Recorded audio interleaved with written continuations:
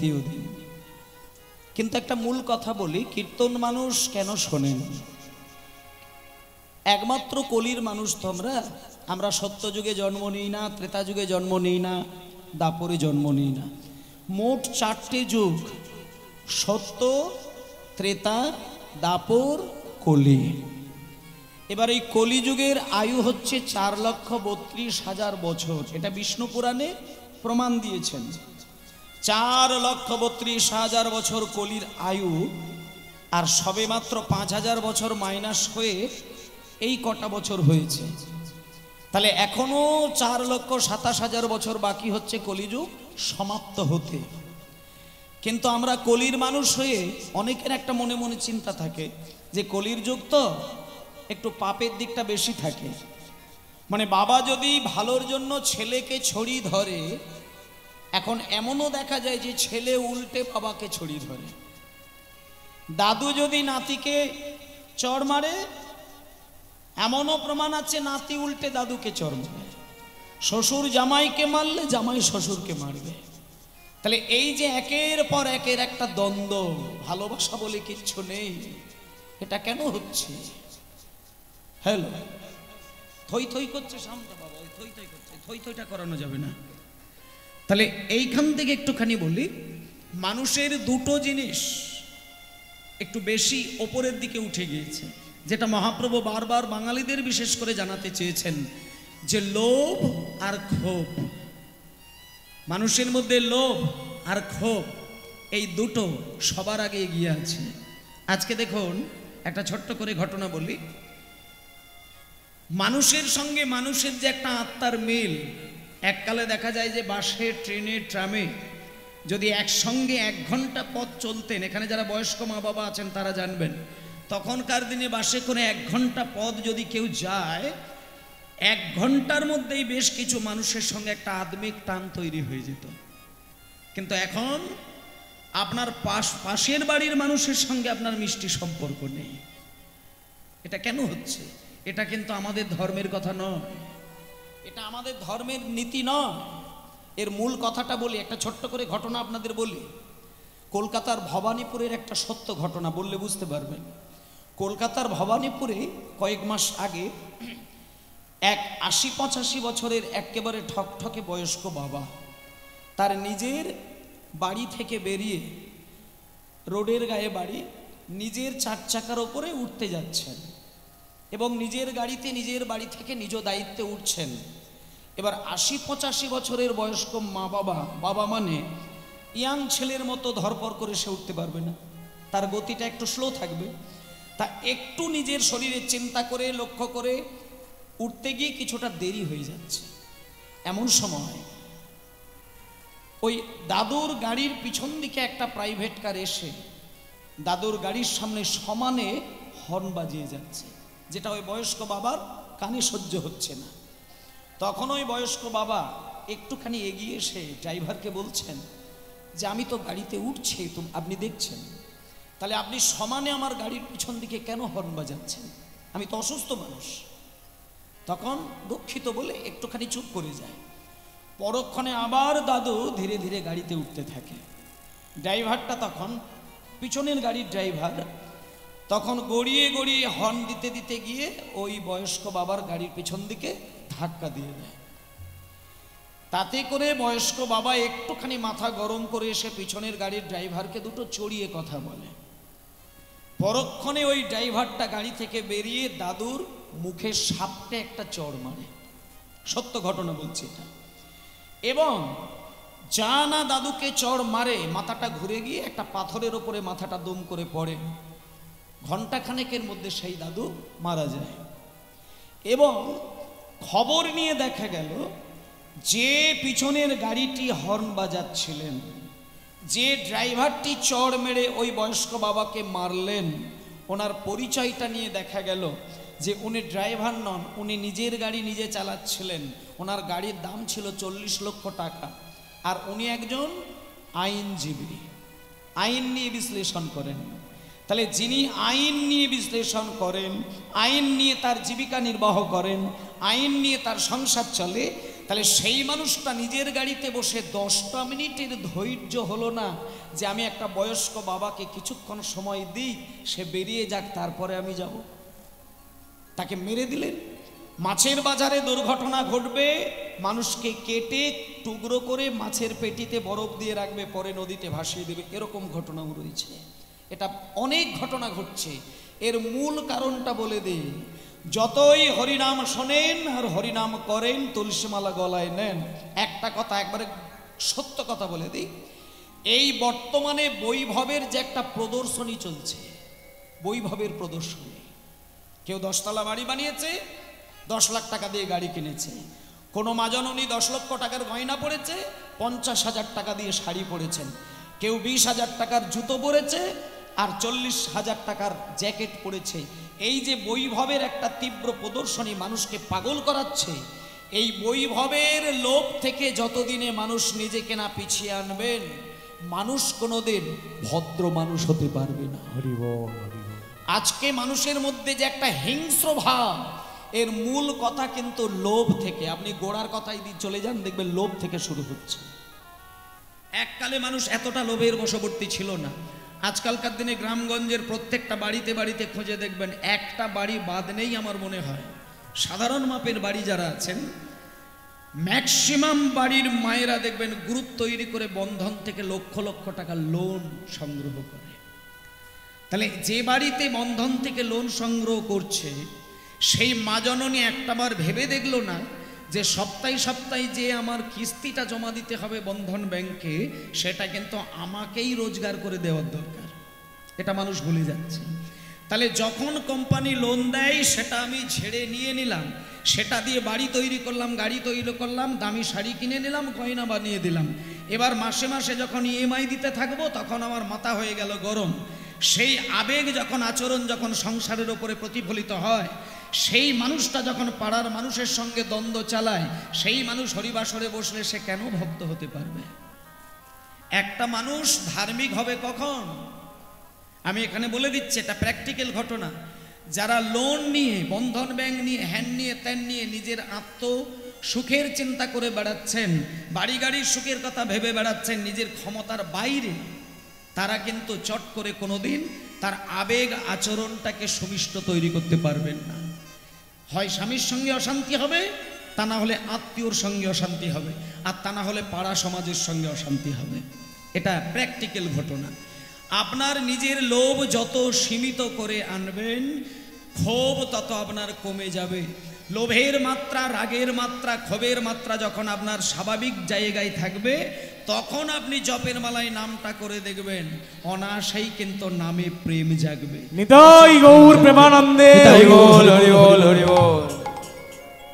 আর ধর্ম আপনাদেরকে কোন শিক্ষা দেয়? ধর্ম কিন্তু এই প্রথম দিকে ধর্মের মূল কথা হচ্ছে কাম, ক্রোধ, লোভ, মোহ, মত, মাৎসর্য। কামনাটাকে তুমি কমিয়ে দাও, তোমার ক্রোধ কমে যাবে, কাম, ক্রোধ, লোভ কমে যাবে, অহংকার কমে যাবে, ঈর্ষা কমে যাবে। এগুলো যখন কমে যাবে, তুমি নিজের আনন্দে নিজেই দেখবে পাগল হয়ে থাকবে। আর সেই আনন্দ জগতের মানুষকে আনন্দ দেবে। তোমার ভেতরে যদি আনন্দ থাকে, সেই আনন্দ তোমার বাইরে প্রকাশ হবে। আর বাইরে যখন আনন্দ থাকবে, সমাজের মানুষ তোমাকে ভালোবাসা দেবে। আর সমাজের মানুষ যখন ভালোবাসা দেখাবে, তুমি তখন সেই আনন্দেই নিজেকে আনন্দিত হয়ে পরমানন্দকে আস্বাদন করবে। আর পরমানন্দ হচ্ছে ভগবান শ্রীকৃষ্ণ চৈতন্যের চরণ। তাই আজকে সবাই মিলে একটুখানি ভজ গৌরাঙ্গ, লহ গৌরাঙ্গ, কহ গৌরাঙ্গে নাম রে, হরি হরি বল। ভজ গৌরাঙ্গ, লহ গৌরাঙ্গ, কহ গৌরাঙ্গে নাম রে।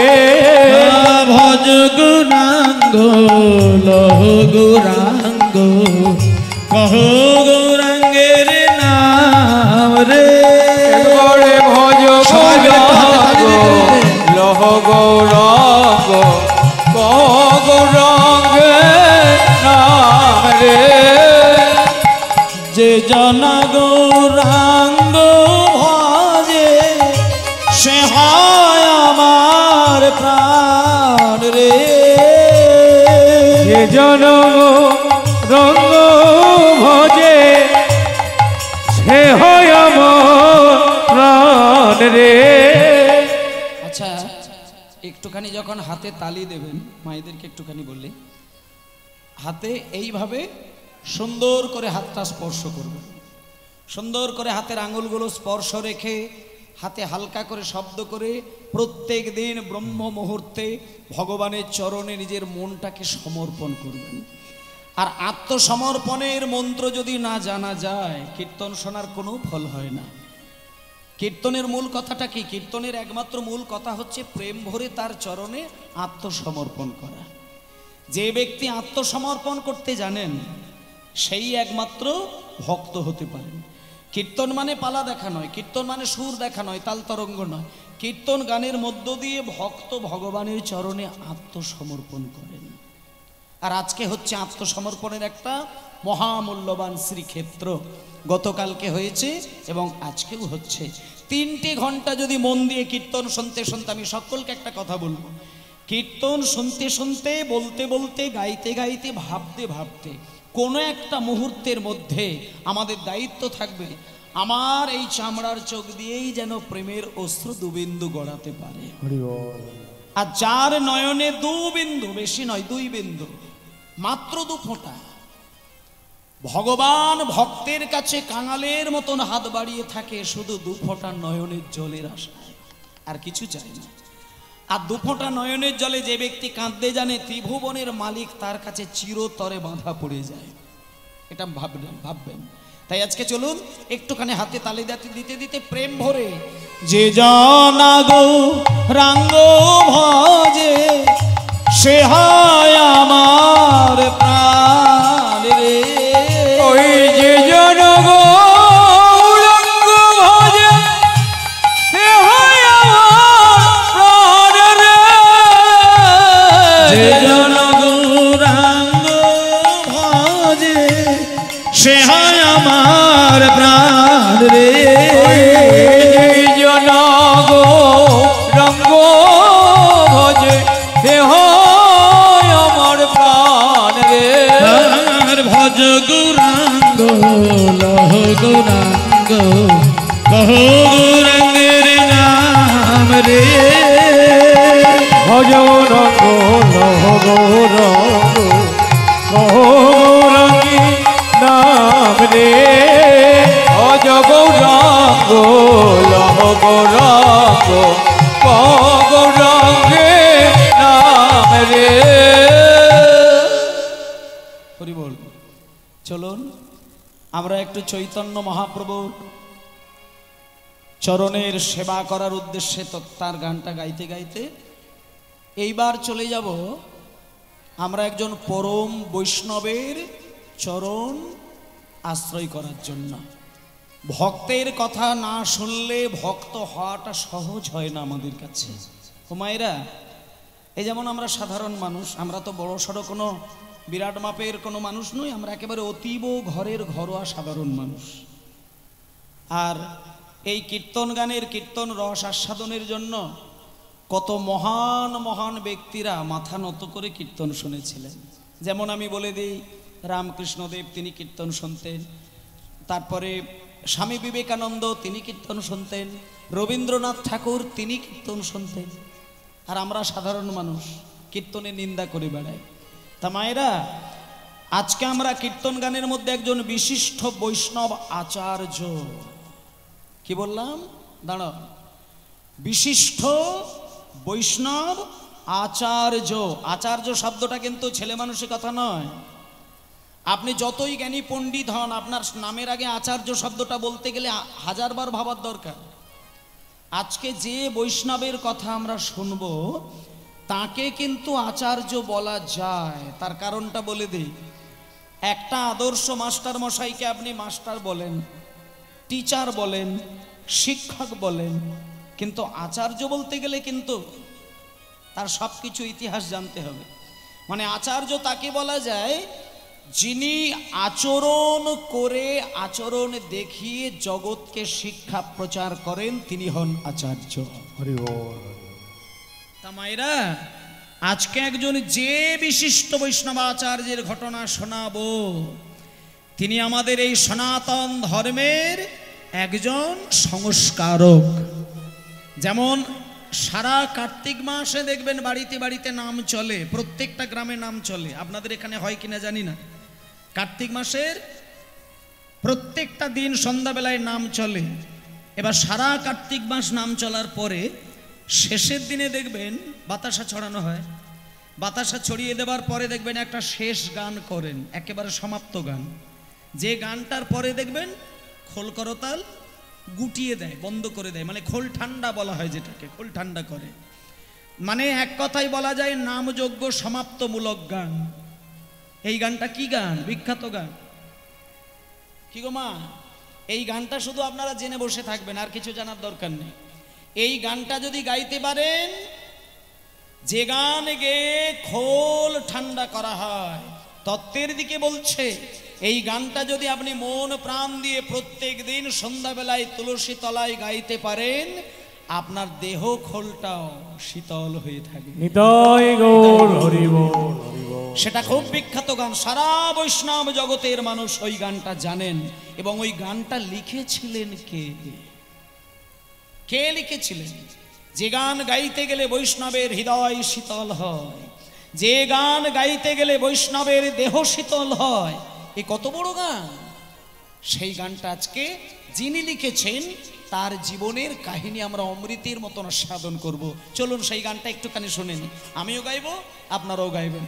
আর সকলকে বলবো এই গানটা একটু মুখস্থ করে নিয়ে আপনি আপনার প্রত্যেক দিন সন্ধ্যাবেলায় তুলসীতলায় প্রদীপটা দেখানোর পরে, একটু শঙ্খ বাজানোর পরে হাত জোড় করে এই গানটা রোজের গাইবেন। মিনিমাম বলে দিচ্ছি 21টা দিন গেয়ে যান, 21টা দিন। তারপরে দেখবেন আপনি 21 দিন আগে কেমনভাবে কাটাচ্ছিলেন আর 21 দিন পরে আপনার কোনো রকম পরিবর্তন হলো কিনা সেটা আপনি নিজেকে প্রমাণ নিয়ে দেখুন। বিখ্যাত গান হরিহরয়ে, জানেন তো সবাই? তাহলে আমার সঙ্গে একটু গাইবেন সকলে মিলে, সুন্দর করে একবারে সুরে সুরে ছন্দে ছন্দে। হরিহরয়ে নম কৃষ্ণ যাদবাই নম, সবাই মিলে হরয়ে নম কৃষ্ণ যাদবাই নম। হরি হরয়ে নম কৃষ্ণ যাদবাই নম। হরি হরয়ে নম কৃষ্ণ যাদবাই নম। হরি হরয়ে নম কৃষ্ণ যাদবাই নম। হরি হরয়ে নম কৃষ্ণ যাদবাই নম। আরে গোপাল গোবিন্দ রাম।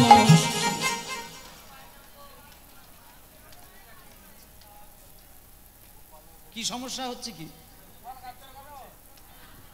দাঁড়াও দাঁড়াও দাঁড়াও।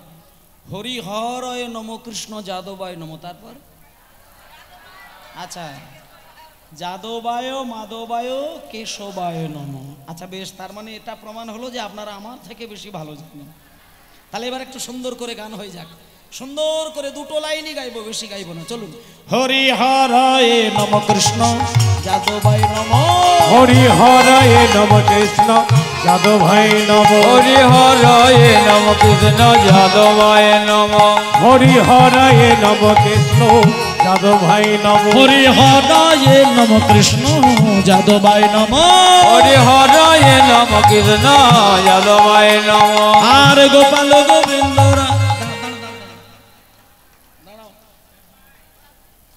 ভুল গেয়ে গিয়ে অভ্যাস হয়ে গেছে। একটুখানি শোনেন শোনেন শোনেন, একটুখানি বলি।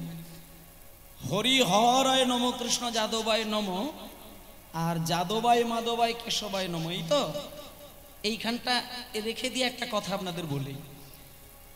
চৈতন্য মহাপ্রভু যে সময় আমাদের মানে বৈষ্ণব জগতের মাঝখানে ছিলেন, মন দিয়ে কথাগুলো শুনবেন, মন দিয়ে শোনেন মায়েরা। ওই ধেই ধেই করে নাচ টাচ হবে এরকম গান বাজনা কিন্তু আমি গাইব না।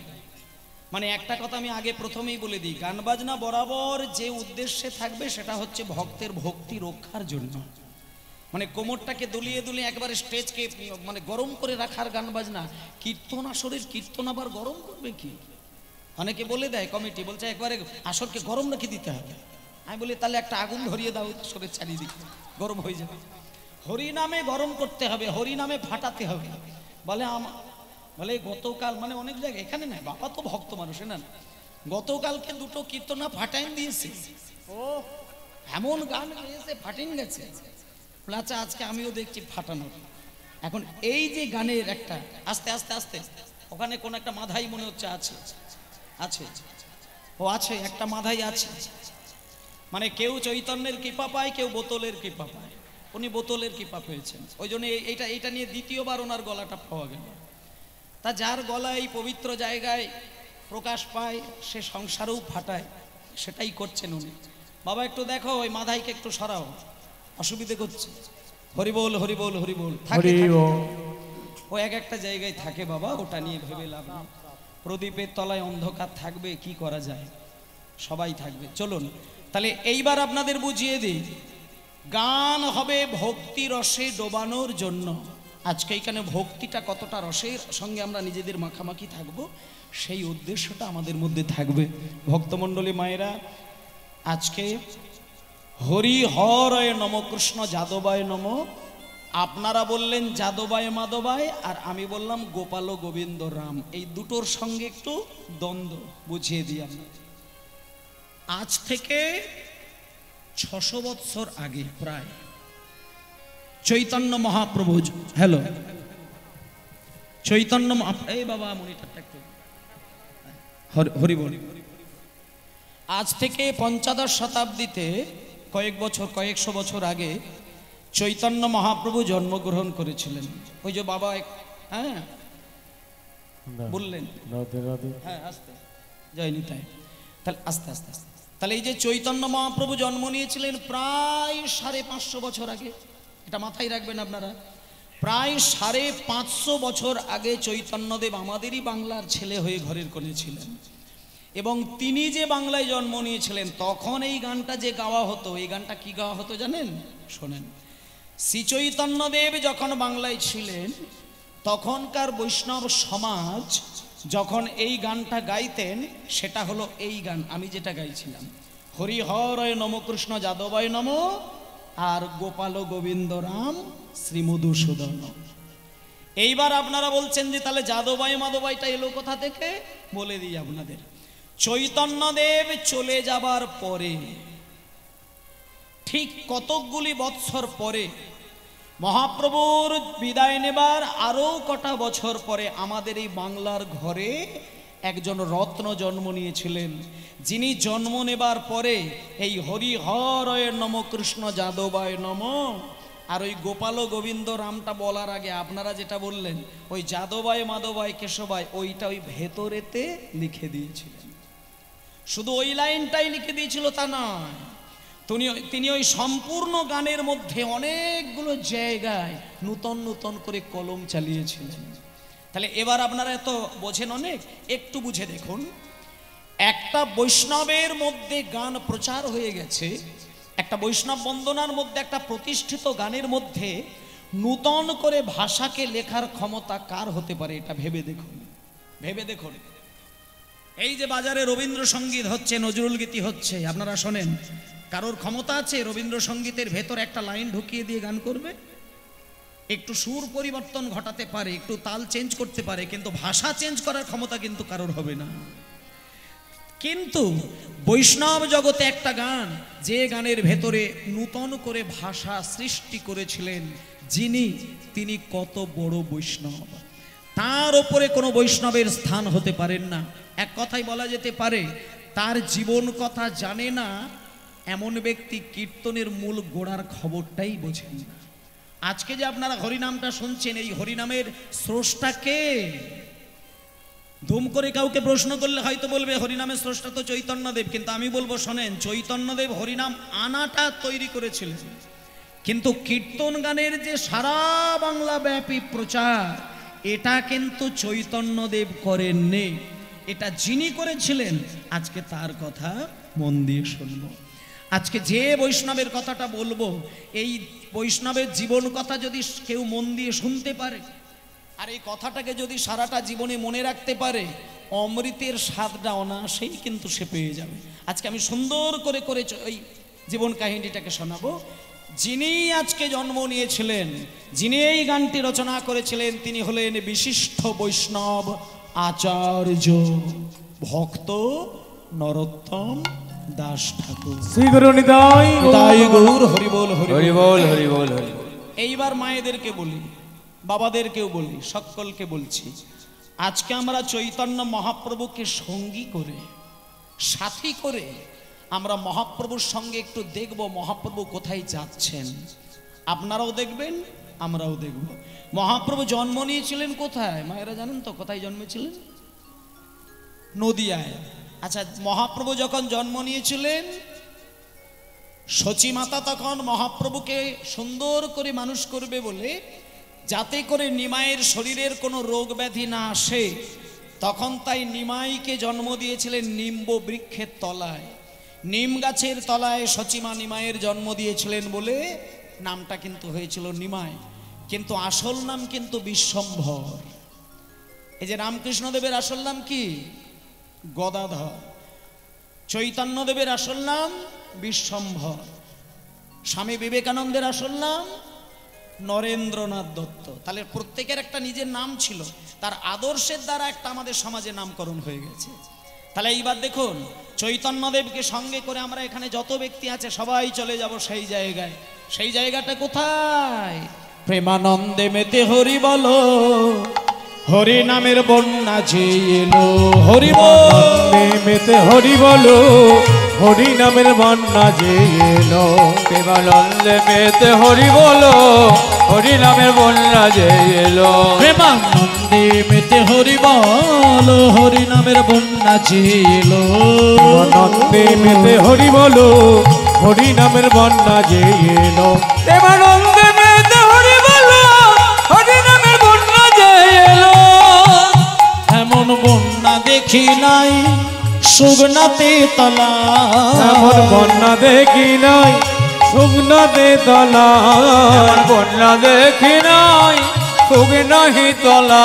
এমন বন্যা দেখি নাই সুগনাতে তলা। এমন বন্যা দেখি নাই শুকনাতে তলা।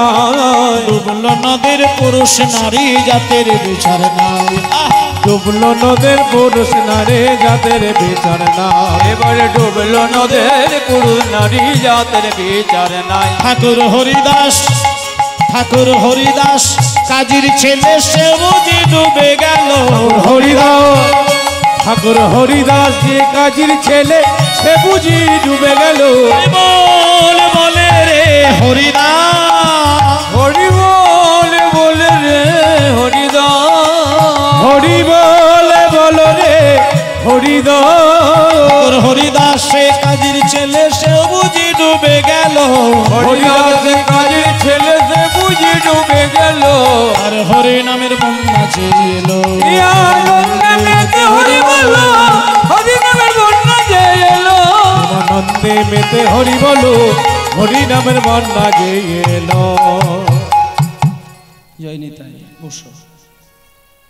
আজকে আমরা নিজের মনটাকে সংযত রাখবো বাবা।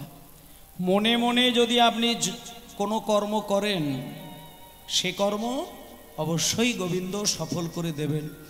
আজকে আমরা আমাদের দেহটা কোথায় থাকলো এটা ভাববো না, আজকে আমাদের মন কোথায় যাবে সেইটা সব থেকে বড় দায়িত্ব নেব। ও বাবা, আজকে আমরা সবাই মিলে চৈতন্য মহাপ্রভুকে সঙ্গে নিয়ে নদিয়ার নবদ্বীপ ছেড়ে দিয়ে সবাই চলে যাব মুর্শিদাবাদের একটি বিখ্যাত জায়গায়। এবং সেই মুর্শিদাবাদের বিখ্যাত জায়গাটা একটুখানি বলে দিই।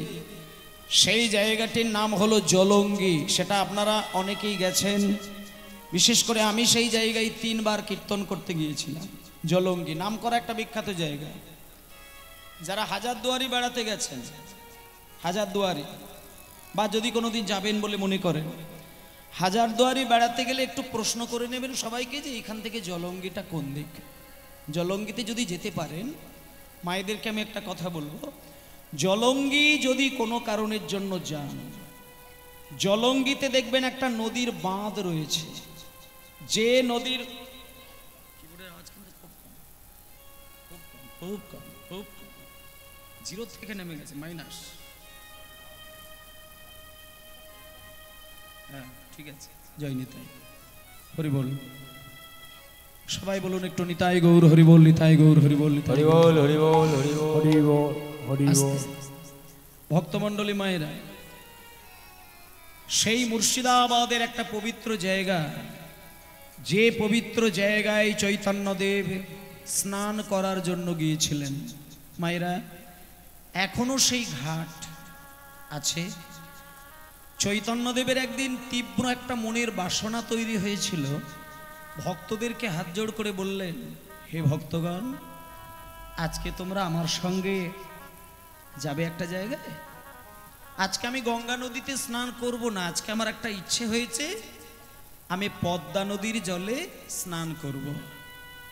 তখন ভক্তগণ একটা প্রশ্নও করেছিলেন যে প্রভু, আপনি পদ্মা নদীর জলে স্নান করবেন কেন?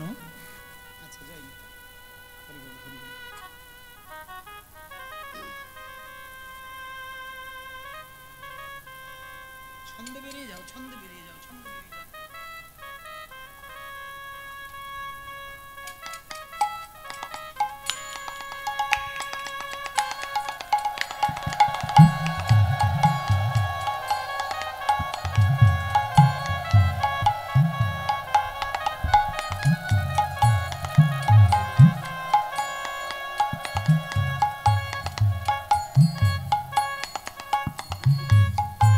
হরি বল, হরি বল, হরি বল, হরি বল। শ্রী গুরু নিতাই গৌর প্রেমানন্দে হরি বল, হরি বল, হরি বল, হরি বল, হরি বল। জয় নিতাই, হরি জয় নিতাই। চলুন চলুন চলুন, একটু একটু করে বেরিয়ে যাই। হোমা, আজকে তাহলে মহাপ্রভু কি করলেন না, মহাপ্রভু 5 জন বৈষ্ণবকে, 5 জন অনুরাগী ভক্তকে সঙ্গে নিলেন এবং তারা সবাই মিলে ঠিক করেছেন মুর্শিদাবাদ জেলায় প্রবেশ করব। আর মুর্শিদাবাদের মধ্যে থাকা একটা নদী, যে নদীটার নাম হলো পদ্মা নদী। এখনো যদি আপনারা কোনোদিন যান, সেইখানে গিয়ে দেখবেন পশ্চিমবঙ্গ আর পূর্ববঙ্গ দুটো বাংলাকে আলাদা করেছে ওই পদ্মা নদী। এবং এখন যদি আপনারা ওই জায়গায় যান, আমি আপনাদেরকে অনুরোধ করব ওই জায়গায় গিয়ে একটু স্নান করবেন। যদি পারেন তো ওই পদ্মা নদী থেকে কিছু মাটি তুলে নিয়ে এসে ঘরে রাখবেন। মানে ওই মাটির মধ্যে কি অলৌকিক কৃপা আছে সেটা একটু পরে লীলার মধ্যে জানতে পারবেন, লীলার মধ্যে তার প্রকাশ হবে। শোনেন, আজকে নদিয়ার নবদ্বীপ থেকে কয়েকজন ভক্তকে সঙ্গে করে নিয়ে মহাপ্রভু কয়েক ঘন্টা পথ হরিনাম গাইতে গাইতে গাইতে গাইতে চলে এলেন ওই জলঙ্গির একেবারে পদ্মা নদীর একটি ঘাটে। এবার যখনই ঘাটের মধ্যে মহাপ্রভু এসে দাঁড়ালেন মায়েরা, তখন যে ভক্তগণ এসেছিলেন সঙ্গে তারা মহাপ্রভুকে প্রশ্ন করলেন, প্রভু আপনি আগে জলের মধ্যে নামবেন তো, তারপরে তো আপনার পরে জলে নামবো। তখন মহাপ্রভু বলছে, হে ভক্তগণ, আজকে শোনো, আমি তোমাদের একটা কথা বলি। এতদিন আমি তোমাদেরকে জলে সঙ্গে নিয়ে স্নান করেছি, কিন্তু প্রত্যেকটা দিন আমি আগে জলে নেমেছি, তারপরে তোমরা আমার পরে জলে নেমেছ। কিন্তু আজকে আমি কিন্তু আগে জলে নামবো না, আগে তোমরা জলে নামবে। আজকে তোমরা এক এক করে জলে নামো, তোমাদের জলকেলি দেখে আমি তোমাদের পরে জলে নামব। এই বলে মায়েরা যখনই 5 জন ভক্ত এক এক করে পদ্মা নদীর জলে ঝাঁপ দিয়েছেন, সঙ্গে সঙ্গে চৈতন্য মহাপ্রভু পদ্মা নদীর তীরে আমার শ্রী গৌরাঙ্গ রায়, হরি হরি আমার শ্রী গৌরাঙ্গ রায়, পদ্মা নদীর তীরে আমার শ্রী গৌরাঙ্গ রায়, পদ্মা নদীর তীরে আমার শ্রী গৌরাঙ্গ রায়। আর ভক্তগণ সঙ্গে করি হরি গুণ গায়, ভক্তগণ সঙ্গে করি হরি গুণ গায়, হরি গুণ গায়।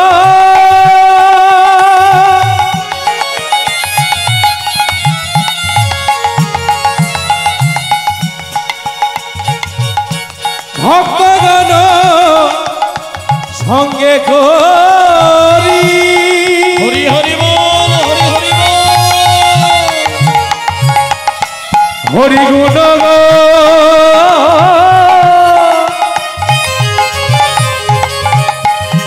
হরি গুণ।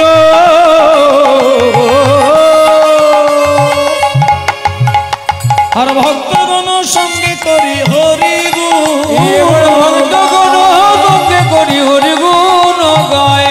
আনন্দ ধরে না, আনন্দ ধরে না, আনন্দ ধরে না, আনন্দ সংকীর্তন বিলাস রসে আনন্দ ধরে না, সংকীর্তন বিলাস রসে আনন্দ ধরে না, সংকীর্তন বিলাস রসে আনন্দ ধরে না, সংকীর্তন বিলাস রসে ভক্তগণ সঙ্গে সংকীর্তন বিলাস রসে ভক্তগণ সঙ্গে করে, সংকীর্তন বিলাস রসে ভক্তগণ সঙ্গে করে, সংকীর্তন বিলাস রসে ভক্তগণ সঙ্গে করে, সংকীর্তন বিলাস রসে আনন্দ ধরে না, আনন্দ ধরে না, আনন্দ ধরে না। হরি বল হরি বল হরি বল। আস্তে জয় নিতাই মায়েরা। এইবার দেখুন, পাঁচজন ভক্তকে চৈতন্য মহাপ্রভু পদ্মা নদীর জলে নামিয়ে দিয়েছেন। আমার দিকে তাকান, ওই দিকটা না, আমার দিকটা। এবার যখনই পাঁচজন ভক্ত জলে ইতিমধ্যেই ঝাঁপ দিয়ে দিয়েছেন, মহাপ্রভু ওই সুযোগে কিন্তু একটা গোপন কাজ করলেন, খুব গোপন কাজ। এর আগে মহাপ্রভু এই আচরণটা ভক্তদেরকে দেখায়নি, এই আচরণটা ভক্তদেরকে দেখায়নি। সেটা কি? হ্যাঁ দেখুন,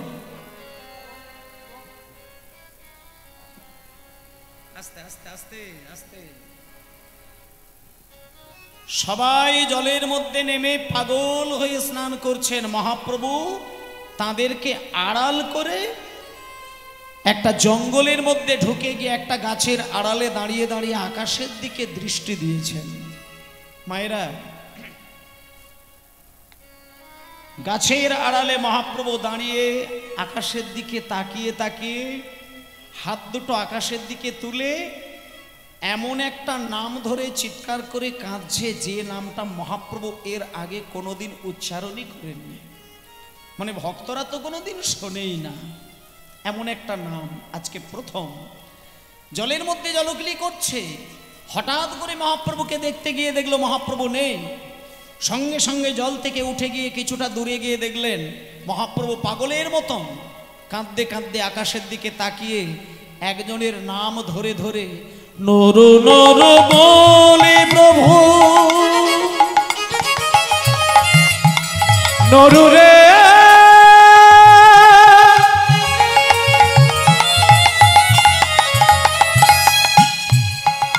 নরু রে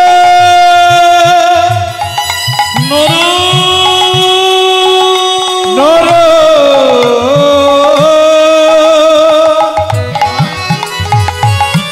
নরু রে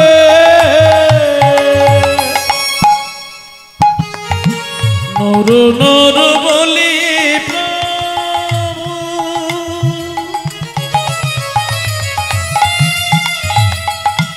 ডাকে বারে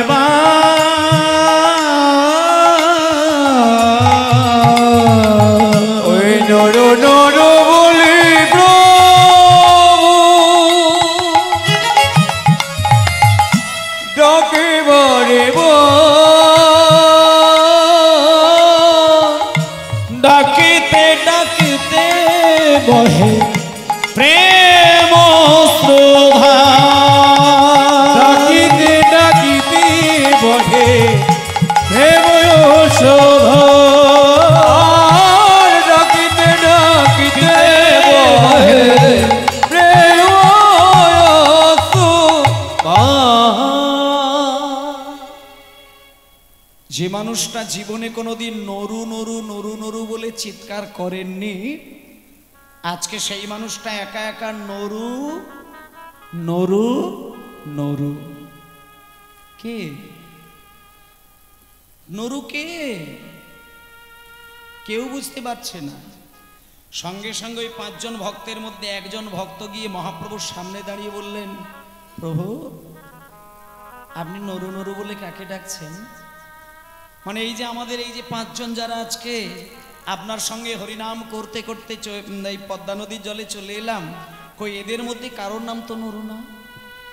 আপনি নরু নরু নরু নরু বলে চিৎকার করে ডাকছেন, আর আপনার চোখ থেকে বিন্দু বিন্দু জল গড়িয়ে যাচ্ছে। নরু কে? আপনি বলুন নরু কে? নরু তো আমরা কোনোদিন শুনি না। তখন মহাপ্রভু বললেন হাত জোড় করে, হে ভক্তগণ, আজকে আমি এই জায়গায় দাঁড়িয়ে নরু নরু বলে যাকে ডাকছি তার এখনো জন্মই হয়নি। এখনো তার জন্ম হয়নি। আমি চিৎকার করে বুক ফাটিয়ে তাকে ডাকছি, আমার এই ডাক যাতে সে আকাশ পর্যন্ত চলে যায়। সে যেন আমার ডাকটা শুনতে পেয়ে কেঁদে ওঠে।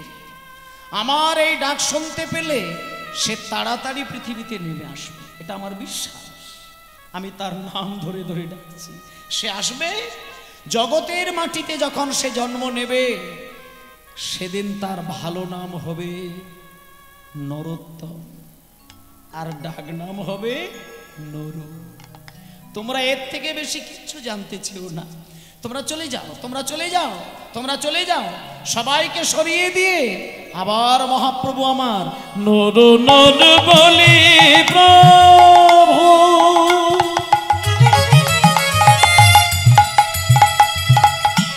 ডাকে বারবার,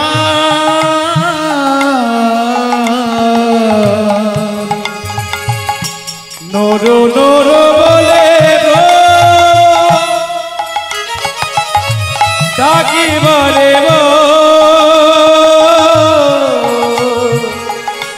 ডাকিতে ডাকিতে